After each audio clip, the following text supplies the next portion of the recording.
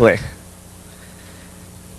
All right, my name is Adam Bresson. I don't know if you guys have heard me talk before. I've talked the last couple of years. I'm talking tonight about Manyonymity, which is a web application that I wrote that's new, GPL, that you guys can download and install on your own and link up with other servers. So Manyonymity, it's who you don't know. You'll notice there's a little GM at the top of it. That's my new creation. It's called a new mark. It's a free trademark or copyright that you can hand out as long as you distribute it with the application. So everything is free and everything is for you guys this time, as opposed to all the other speakers who are awful and mean. To think about PHP distributed encryption, what does that mean? We're going to talk about what this application does. It's written in PHP. I'm sure you guys have seen it. I actually talked 2 years ago on PHP security stuff, so you'll see some of those ideas implemented in here too. Think about what is an acceptable level of mass market encryption. So if you were taking it out to the people, the consumers who are out there, and they're doing their email text, and it's like my boss or your friend, and they don't really know much about encryption, and they want a really easy way to do it, the easiest way would be via the web. And I know that there are other implementations out there for email, like Hushmail and other systems like that, but this is designed to create as many of these servers as independently as possible. Also, to make it easier to log in, you can log in at any server and it will forward you to the right one. How does the average Joe fingerprint and protect their daily communication? Well, I can tell you how they do that because my mom protects her emails in the following way. Dear Adam, I was wondering if you would like to go out for lunch today. I'll pay. Here is my credit card. And then she writes it there. So I can go ahead and make a reservation and get some food to go. I don't think that's right. She's sending her credit card through email, but my mom would love this. In fact, this is just for my mom and all of you. What are the true benefits? I know, doesn't it make your heart warm? Makes you cry. You're hungry. What are the true benefits of open source versus major company-owned encryption services? Hushmail is owned out of the country. I think an Israeli company created it originally. I like something that's open source because, as you guys know from looking at Linux and different implementations, everyone gets to go through the files and determine whether there's a security risk or how it could be improved. And part of what we're going to do today, in addition to showing you guys an implementation of it on here, is we're going to talk about ways that we can continue to improve it if you guys get interested in it. And I hope you are, because by the end of this speech, I'm going to be jumping up and down and waving my hands. This is so exciting. What percentage of your daily digital communication is sent encrypted? That's an important question. And how do we accelerate the adoption of PHP at the server level? Currently, there are about, by estimates, between 1.5 and 3 million PHP websites out there. But it's actually kind of plateaued. Over the last year, that number hasn't increased. So we'll talk about things like this that can bring that number up high very quickly. What we're going to talk about, we'll do some questions and answers at the end. We're going to talk about a general discussion of encryption methods, the basics, some of the theories and application for it. We're going to do an introduction to Manyonymity. And you guys are going to see in depth how to install Manyonymity. And then you're going to actually see a demo also of setting up your own server from scratch. Also, we're going to go in and configure Manyonymity. So I divide it into the admin side and the user side. So you guys are going to be the admins and hopefully the users as well. And you'll see how to administer Manyonymity, look at reports, it has alerts built in, and tools. And you'll also see how to use Manyonymity as a member, and you'll see a demonstration of text encryption and fingerprinting, and the extensible nature of it as well. And at the end, we'll do a review, a future, and we'll talk about some questions. Who I am, I've been doing computers for 10 plus years. I guess I look like a nerd, you know, I got that scruffy face. There I am, looking incredibly disaffected. And I got the cool shirts from Jinxwear, and I got all that exciting nerd stuff. I spoke on Palm Security Talk. Oh, and by the way, in case anyone was wondering here, I also have achieved the ultimate status symbol, a wonderful, wonderful girlfriend who accepts the fact that I compute for 16 hours a day. I spoke on Palm Security in 2000, and in 2001 I spoke about PHP and data mining. We actually talked about some proof of concepts in that for PHP-based port scanners and things like that. Last year I spoke about consumer media protections, and it was actually covered by that same news van that's out there. I started Recommendo.com, which is a web community devoted to what you like connections between movies, TVs, books, and musics, and they're human-based reviews. So it's not, as you would think, maybe an algorithm-based site. It's someone telling someone else what they might like. I also started GetAnyGame.com with 2 other people. We mentioned it last year. Maybe you guys have seen the flyers over in the retail booth. We have some of the retailers helping us out. We rent video games by mail online, and we let you guys send in your old games you don't play and make $2 every time they rent. So you don't have to get that one-time instant gratification of $7 to $10. My, that is a disaffected picture there. You want answers? Okay, what is an acceptable level of mass market encryption? 128-bit SSL is standard in the browser and OS. We need fingerprinting, encryption, and steganography. We'll go into a definition of what those are. If you guys are just getting started, if you have familiarity with it, you can just cover your ears for that part. How does the average Joe fingerprint and protect their daily communication? Well, they can use Manyonymity, which is M for short. For everyone who couldn't figure out my sophisticated scheme of shortening the name Manyonymity. For multiple points of access for maximum reliability. What this means is when you create a Manyonymity server from the admin side, you actually register the server. You have to register it with an email address. It also has a unique ID, and it's stored in a database at Manyonymity.com. Then people can actually find Manyonymity servers that are close to them. So say you log into one that, you want to log into one in Arizona. You can go ahead and go to the main page, and it has a list of all the servers once they get started. And you can see which ones are up and what types of encryption they offer. It comes with 2 types of encryption, which we'll get into in a little bit. I'll discuss some ideas for additional ones. What are the true benefits of open source versus major company-owned encryption services? Open source is expandable. Solid, reliable, free of influence, political, etc. One of the reasons why I designed this so that you guys can just unzip it, click a couple scripts, and get it started is so if you're out of the country, if you're from Mexico or France or Scotland, you could go ahead and start your own server where encryption may or may not be illegal, certain methods of it. In addition to that, the reason that you plug modules into it are because maybe you can use Blowfish, maybe you can use 1024-bit encryption, but you can't use that in another area of the country or world. What percentage of your daily digital communication is sent unencrypted? The national average is 15%. That's just 15% of all communication. That's web browser communication, email communication. That makes me sad. I'd like to see 50% of it because there's a lot of important info, like my mom's credit card out there that you guys can check on. How do we deem information important? We test it. Would a leak cause detrimental effect? I think this is one of the best tests you can apply for how critical information is. And that's, if someone got that, could they do bad, malicious things with it? How do we accelerate the adoption of PHP at the server level? A lot of high-quality applications that are anywhere deployable. I listened to some of the other talks here over the last few days, and I know that some of the things, like the Luna Correspondence Protocol, I don't know if you guys sat in on that, they could be implemented via PHP very easily. Then they'd actually be cross-platform instead of having to compile it across. Like, I'm running it on Windows here. I have it running on a Unix server at Manyonymity.com. And, that's one of the best ways you can do it. You can read the code, it's C-like, and it's easy. PHP that pushes the boundaries and innovates, and PHP that opens new markets and propels the language's development.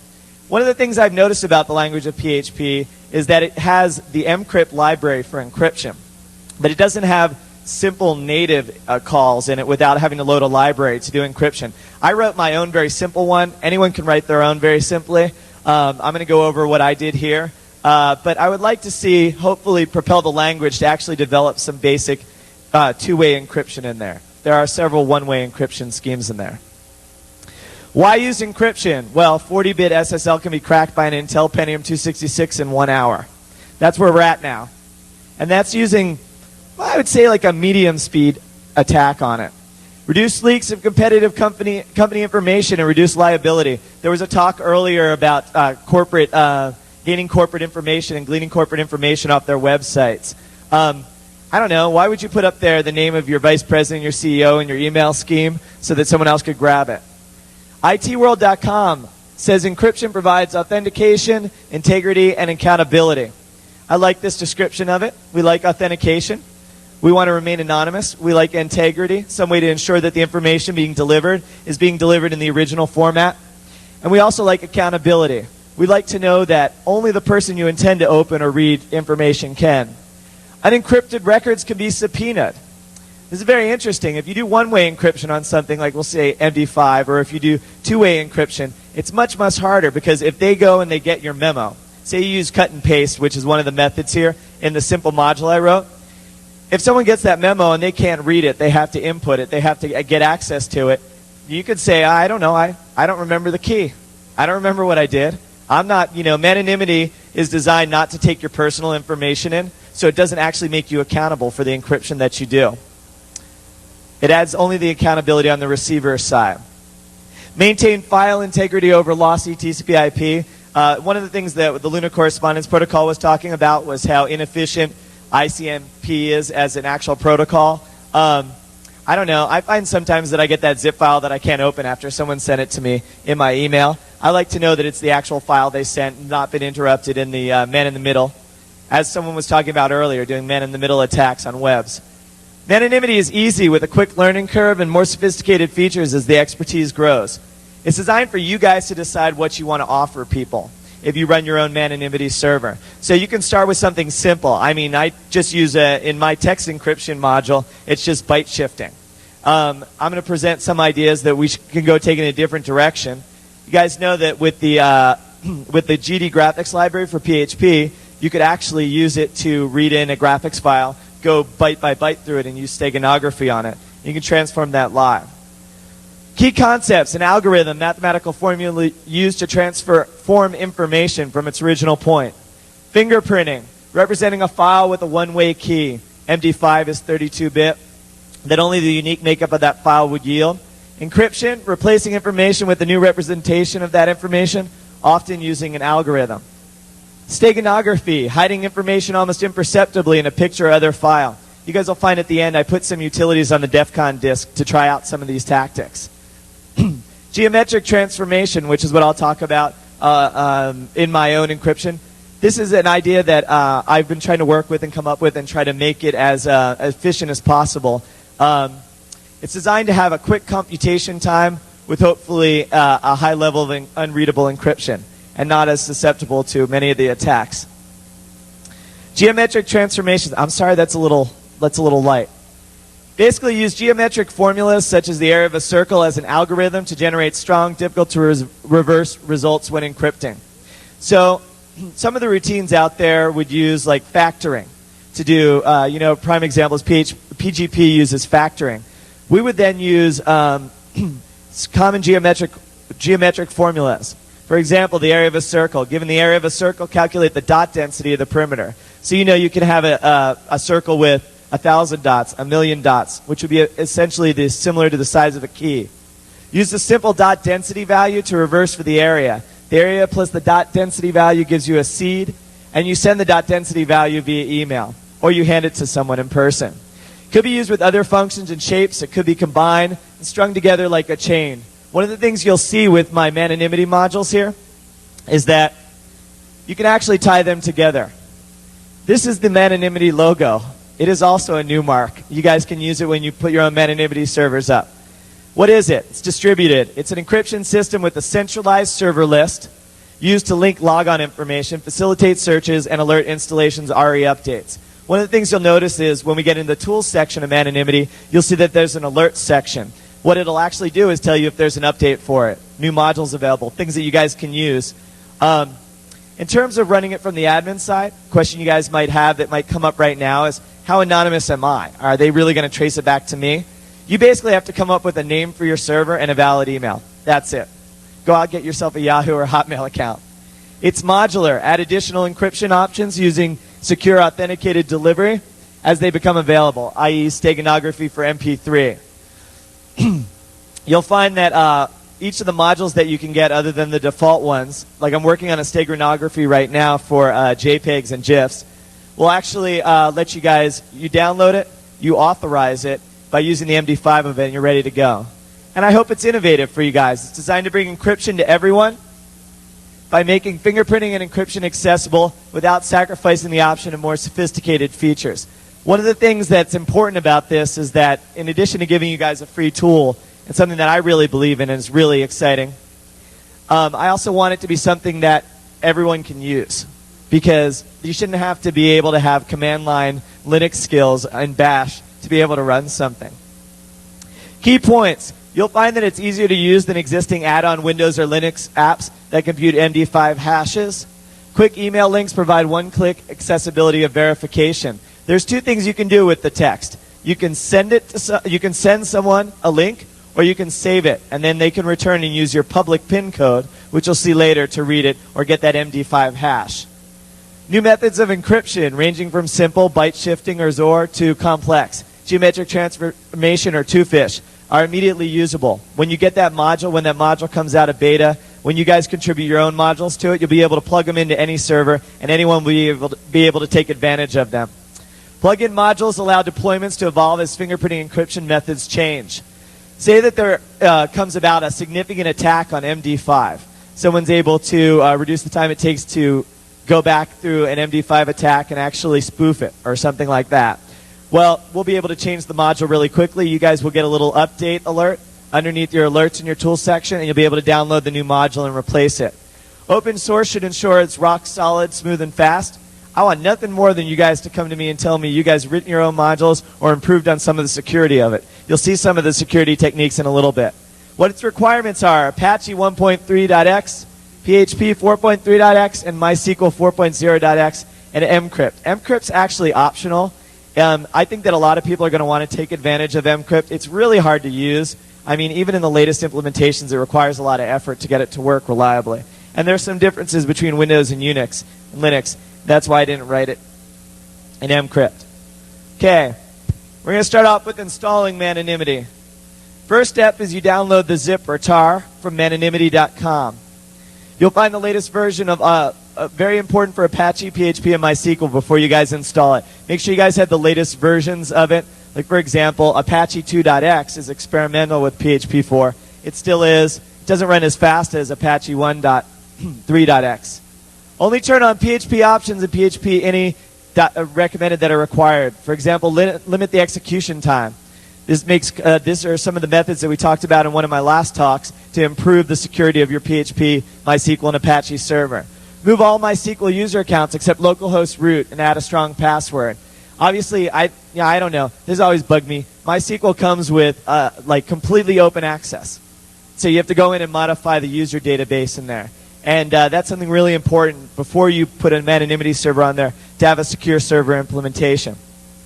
Set new values for max execution time and memory limit compatible with your hardware. And only open Apache HTTP port 80 through the firewall, and watch /dot for recent patches. Okay, you guys can download and unzip from Manyonymity.com the latest version of it.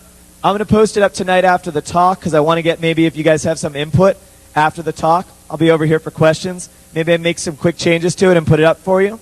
It's compatible with Linux and Windows. It's been tested on both.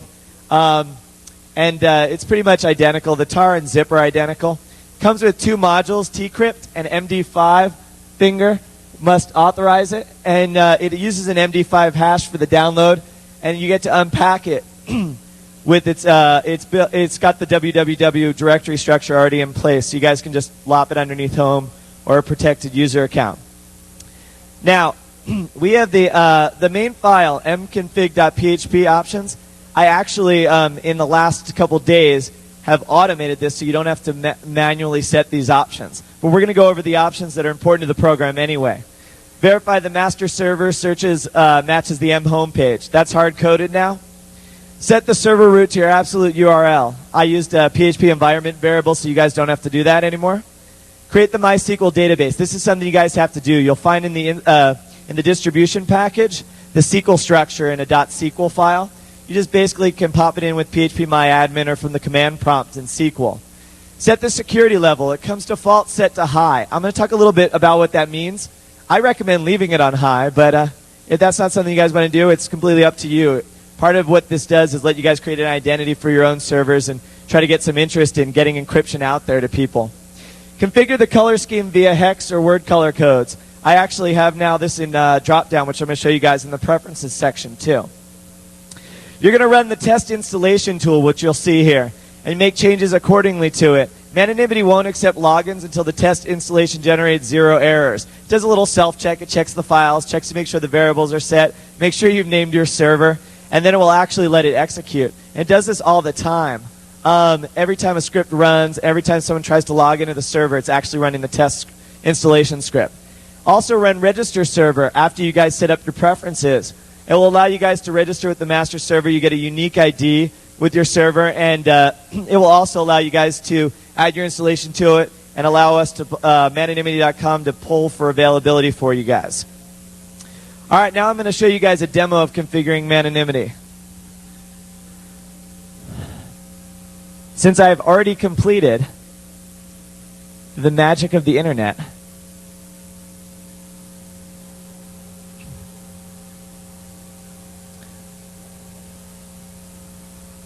okay, this is what Manyonymity's homepage looks like. We're going to open up the tools page. You'll find these steps also in a text file inside of it. You log in with your admin email, and it has a default password too, which I recommend, of course, resetting. Okay, this is what the tools section of Manyonymity looks like here. I hope you guys can see it from all angles here. At the top, it lists your welcome, your email address, and things that you have. You'll find your Manyonymity server information here, which is your server ID, the name you've given your server, the security level, and the email for reference. Manyonymity server alerts underneath it. There are no alerts right now. You'll find reports in there. One of the reports is the module statistics, how many people are using the tcrypt or the MD5 finger or any other modules you guys do. You can also view date range reports, members that have signed up, their information, so you guys can track it. And then at the bottom is preferences. Underneath preferences, you get to set your preferences really quickly here. You name your server.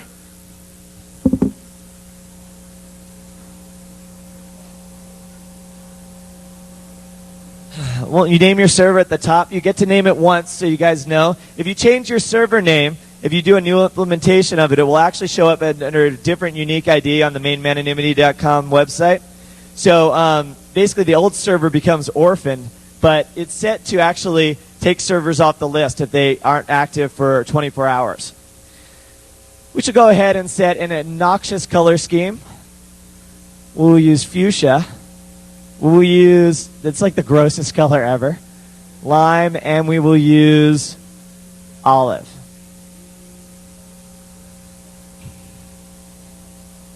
Okay, you guys can see, after we did this, it actually assigns a unique server ID to you. It leaves the name so you can't change it again. And it actually goes up to, I don't have an internet connection here, and I apologize, they said it's down, but it actually also registers your server at Manyonymity.com with your server name, your server ID, and the available modules that you have.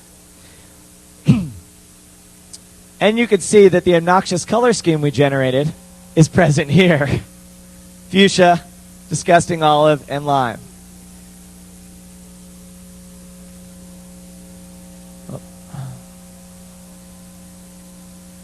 Okay.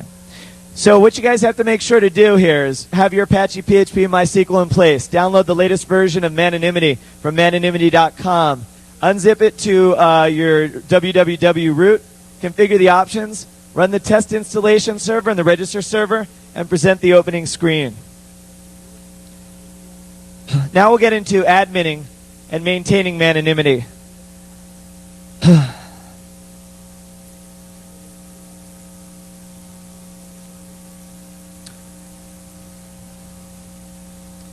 Does that look cool when I do that? How can I be even cooler up here on stage than talking about PHP? I don't know. Maintaining inter-server relationships. Sometimes my internal monologue comes out. Why should you maintain inter-server relationships? This is a question someone might ask. Why, when you have an anonymous PHP-based web application, would you want it to link somewhere? Well, it's really important that you have a list of Manyonymity servers. It doesn't reveal information. It doesn't give your email out. It doesn't give anything like that.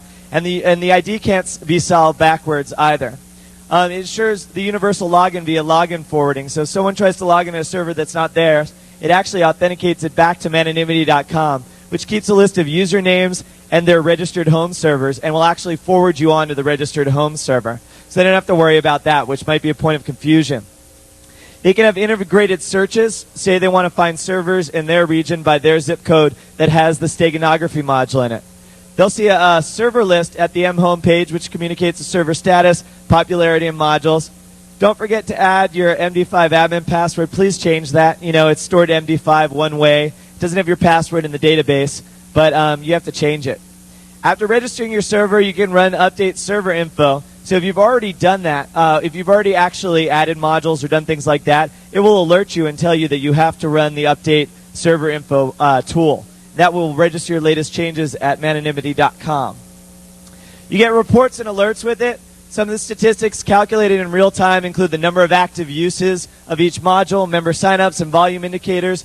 Reports include the number and percentage of historical uses of the modules, member detail, database consistency. The alerts are delivered, as you guys saw before, in a task list format in the admin area, and it will highlight unperformed maintenance for you. That's the alert section and updates.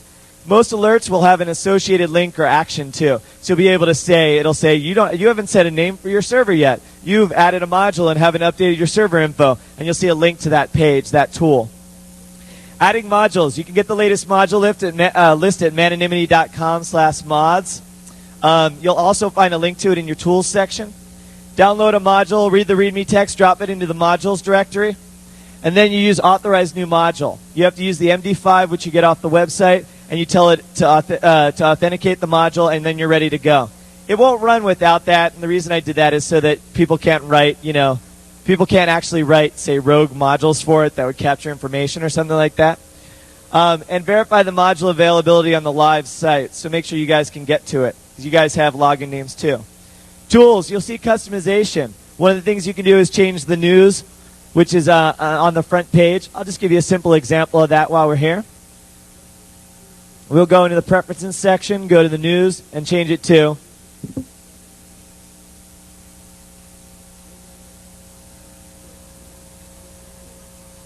yes. And we'll also change the colors, because that gives me great joy.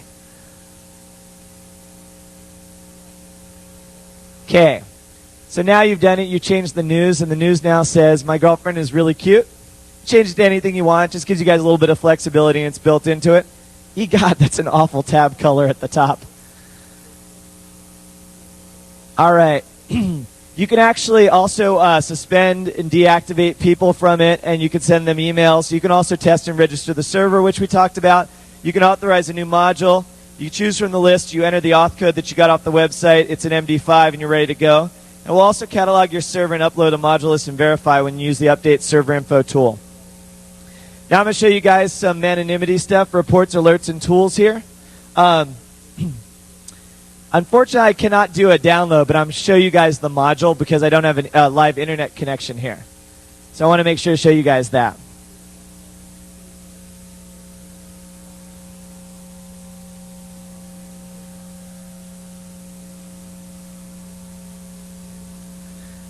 Okay, so this is a typical module. It has a very simple structure. It has the declarations at the top. It has an initialization string. It has step 1 and step 2. Step 1's user input. Step 2 is any kind of processing you need to do on it. And you guys can write your own modules based on these ones, the default ones. I also have a module style sheet that's in the zip file for you guys too. Whoa. And then you'll also see here the module statistics and the reports, and you'll see additional reports as well on the live server. Okay, from a user perspective, what would someone gain out of using Manyonymity? Well, it's anonymous in that you only have to use an email address, and there are plenty of free email addresses you can use out there. You get to create your own PIN code. You don't have to enter your personal information, but you can perform anything from simple to complex encryption using the different modules. From a user perspective, the member accounts link encrypted content to a member profile with account rights. When you set the security level of Manyonymity to high, medium, or low, you can actually decide whether they have the option to send and save, which is high, or whether they have the option to send, save, and then email and encrypted to, which is medium, or you could set it actually to low, and then basically anyone could read anyone's without using a PIN code, which would be kind of silly, but that's there for you. Member security, the only information required is a valid member name, and email, and it is linked to the member's home server. Members can sign up at any Manyonymity server. However, their login, encryption, decryption, and fingerprinting are only accessible through the home server. That's because they get forwarded to their home server. And it's important because you guys have set up the modules and the security and things that you would want. Hopefully you guys can create an identity for each of your servers as well. Okay, you can set account preferences. Like account rights can only be set on a member's home server. After login, members can access preferences from the welcome screen. You'll see it. I'm going to run you guys through a whole sample of sign up and everything in a little bit. Preferences include access to services. I like this idea that you can basically tell your boss that they can only access the text encryption, but they can't do the MTD5 because it's too complex for them. Preferences also include open-closed decryption and fingerprinting access, which we were talking about, are in accordance with the security levels, and also actually lets people access forums, which is just a simple PHP bulletin board script. Encrypting your email, the sample tcrypt module, you log into your home server as a user. You would choose encrypt text, which is straight up from the welcome screen, ready to go. The welcome screen actually lists all accessible modules to you. And then you follow the 3 steps. Choose the encryption method you want, create or copy paste text into a window, choose save or display. If save, then M will save your encrypted text with your account for future decryption and present a link to you to retrieve it and decrypt it. If it's sent, it will present your encrypted text for copy and paste. So it's not just for email. You guys could actually also use this for lists and other pieces of text information you guys want to save locally. In the fingerprinting, and when you fingerprint a file, which is binary only, log into your home server, choose fingerprint a file from the welcome screen, follow the 3 steps to choose your file, enter a unique ID or label, choose fingerprint, and we'll present a link used by the file recipient to match the MD5 fingerprint. Let me show you guys a demo of signing up and using the text encryption and the fingerprinting.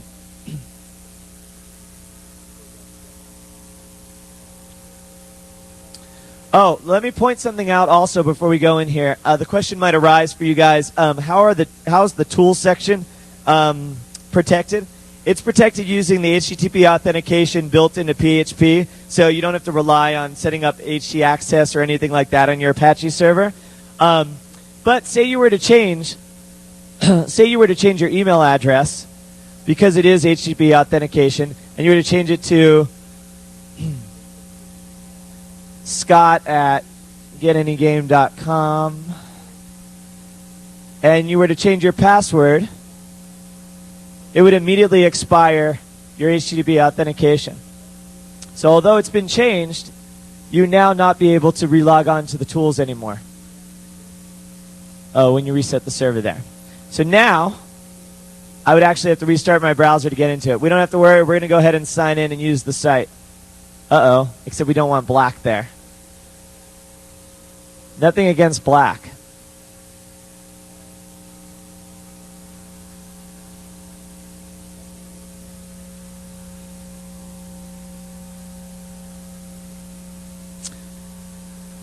Okay. All right, here we go. All right, so you join the website. It's very simple. It lists a masked server ID at the top.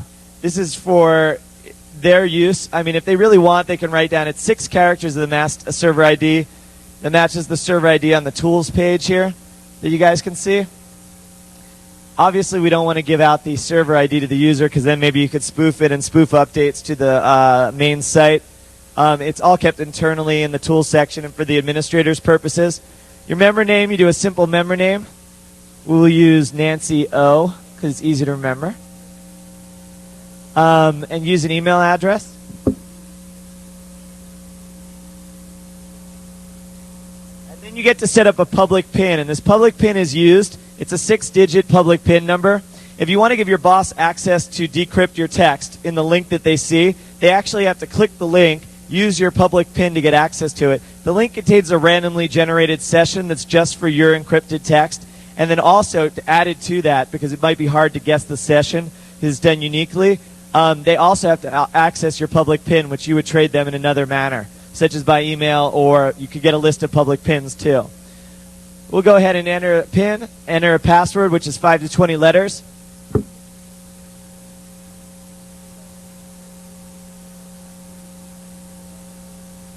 you have to say, okay, that's great, make me a Manyonymity member, and you join the website and you get to the welcome page. So you can see on the welcome page here that it's all set up and ready to go. You get your Manyonymity logo, you get the name of your server in the middle when you guys set it up, you get your username on the left, and you get a quick link to write us on the right. On the welcome page, you also have all the modules that are loaded up in a show mods. So any authorized modules that you have are checked, hashed through, and then displayed here. Very simply, encrypt text.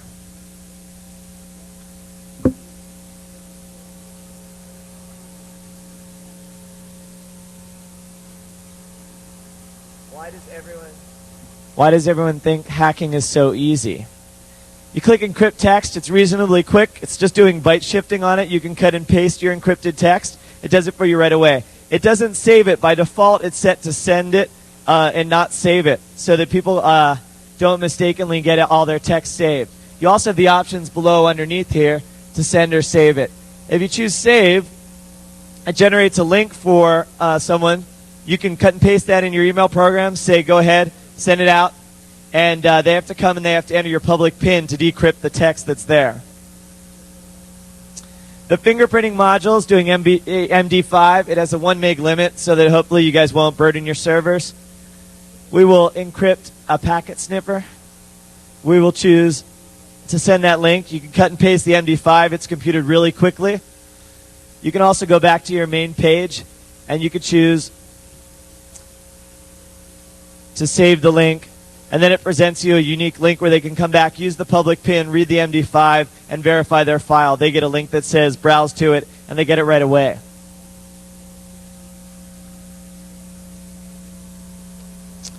On the back end of this, to show you guys some of the files and scripts that are used,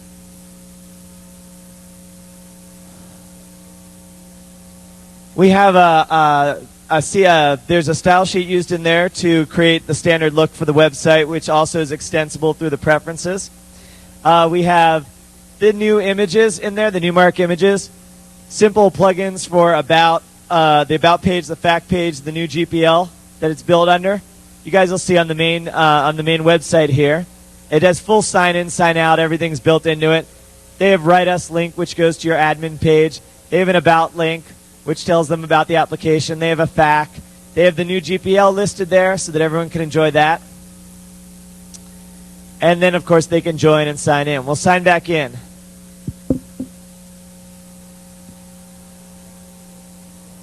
Okay. We sign back into it. The main PHP scripts are very quick. I mean, the entire website is actually done in 57K. All right, in PHP, there's modules in there to manage your members, manage your sessions. It protects against session spoofing. It protects against constantly is reevaluating the user information and setting that up for you guys. You should read through and tell me what you guys think of the scripts. I designed them for several. Oh, that's a lot of ice I just got in there. I designed them for several commercial sites, some of the ones I mentioned before. So they've been out there, they've been proven. Actually, it's kind of funny. Last year, one of the guys who did PHP session hijacking was trying to do it on the website, and they didn't succeed. Power to the people. All right, come on. Let's get a little power to the people. Thank you. Gosh, am I talking to myself up here? I'm going to go in the corner and cry now. No, I'm not going to cry. Here we go. Tools section. Very quick here. You set the preference. It does HTTP authentication. All the main pages are set as plugins. There's built-in help with it for those users who need it. This is what you guys get in a zip file. Everything underneath here with some configuration information and also a style sheet for how to write your own modules and submit them.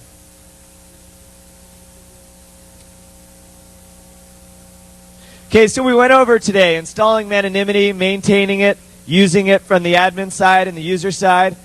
Benefits of encryption and fingerprinting, which I'm sure you guys know because you're here.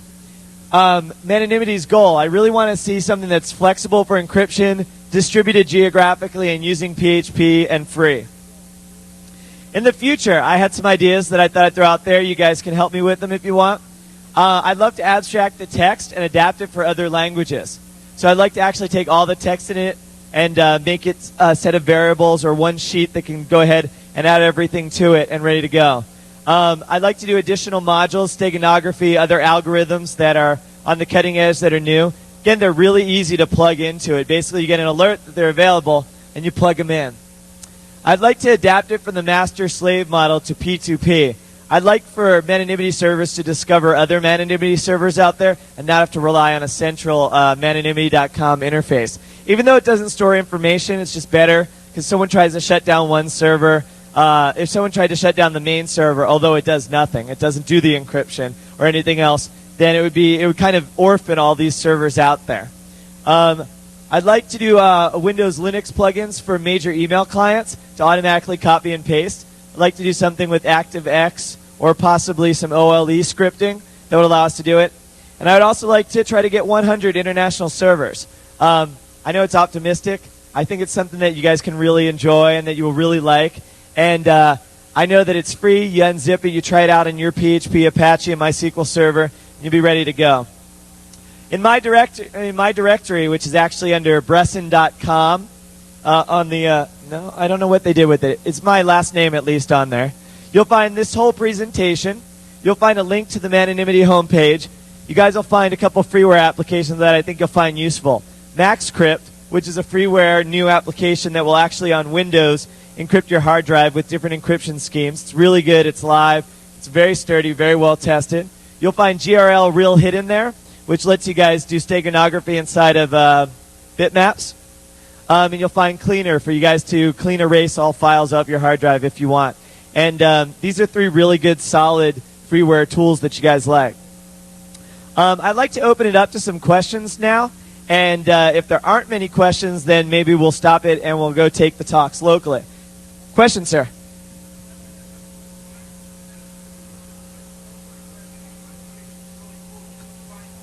Can you repeat that?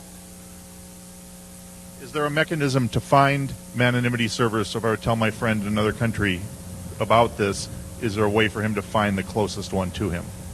Yes. At Manyonymity.com, you can actually, at Manyonymity.com, you'll see a list of servers. But actually, if they go there and they type in, they say the country of origin and the zip code if they're in the U.S., they can get a list of local servers that are active in the last 24 hours, too, which almost ensures they'll be up. So that people can make discerning decisions. It also lists the modules that are out there on those servers. Does anyone else have any additional questions? Yes. Wait, let me come out there because, oh, good. Your goal was 100 international servers? Yes. Now, are you trying to set up some sort of like an organization, like, or can anyone just set up a server and ask to join your little network there? Yes, actually, through Manyonymity.com, and you guys will find it. If I get a chance to update it tonight, it will be updated tomorrow. The files are sitting back in a protected directory. I just have to turn it on. But you'll actually, I'm trying to do, and again, this is all free. This is just something that I want to get out there and get everyone to get into. But Manyonymity.com also has a forum section and an area if you want to help develop it where you can actually sign in and get more information on development, like see the modules that are in beta, test the code, post bugs, and things like that. There's a whole forum section on there. Okay, so we won't have to give up our anonymity to join Manyonymity. No, exactly. And like I mentioned before, but that's a really, really important point, is that all you need is a valid email in order to participate in it. I think that, you know, I go out there and it's a download software. I have to enter my first name and my last name and my address and my email. And I know everyone here probably lies on it like I do. But it's like, why would you ask for that information so I can demo your software? This is designed to be free software that only ties in with an email address. That's essentially your username for it. Yes, up here. He's bringing the mic for you. I'm a beatbox. Yeah. If I set up a server, I Yes. contain all the keys, correct, on that one server for all my users? You have the pins in the database, yes. So what would keep somebody from setting up a server just to capture data and sniff around and just poke around and see what It's people possible, but one of the things that it gives you the option for is to send or save. So you don't have to save the encrypted text or don't have to save the module's information.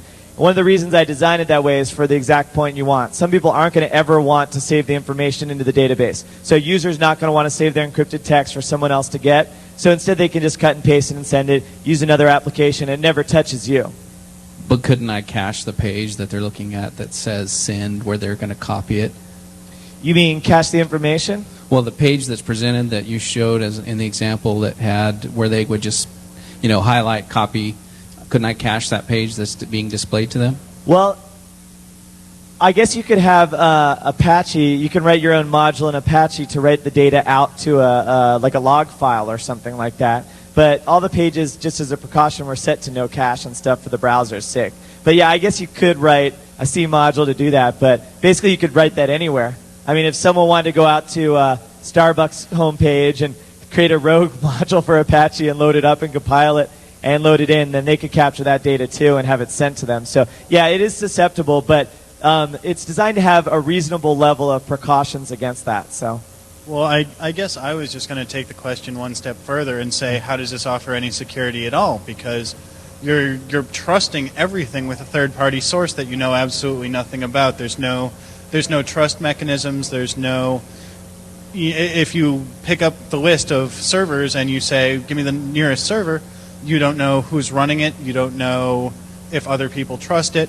Why would you go to a third-party software, which this is, and trust somebody there with all of your data when you could just do it yourself? That's a really good idea. And again, one of the 2 points with that. Number one is it's designed to be more mass market.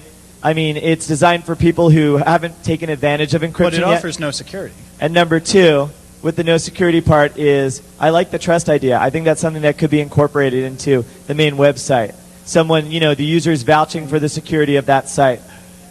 Crypto is all about being paranoid about everything you do. I mean, every single thing in crypto is about developing not just secure algorithms, but secure protocols, so that somebody can't just jump into the system and decide to cheat to win. And in this case, anybody can just start up their own server and say, hey, I want some keys. I want to see what people are reading.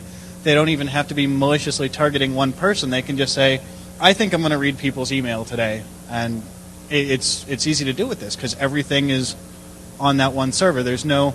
Are there any mechanisms that are in place so that a user doesn't have to trust the server? Is there anything like that in place? Not yet. And I think it's a really good point, like I said. I mean, it would be a good idea to build a trust voting system or a way to verify that into the main page. So you could also get a trust rating for the servers. And I think that is an important point. I definitely do. You're right. People can go set that up, and people could go ahead and capture information. But again, the point about not saving that information, it's set by default not to. And also to actually not store more information about an individual than is necessary on the server itself, or to address those.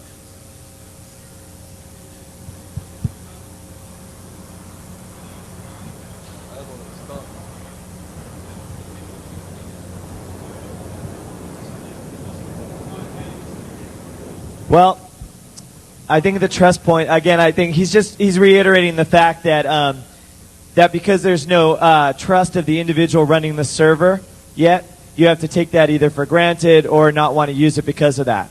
And it's a very, very good point. I totally understand that. I think we should build a trust system into it.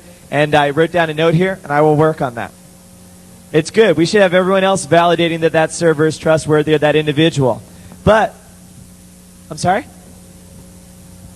Okay, but also, it's also important to recognize that this is designed to give you guys the starting point and the tools to kind of increase it and improve it also in the future. And I appreciate you guys sitting through my talk very much. I'll be over here if you guys want to ask some questions at the end. Thank you guys very much tonight.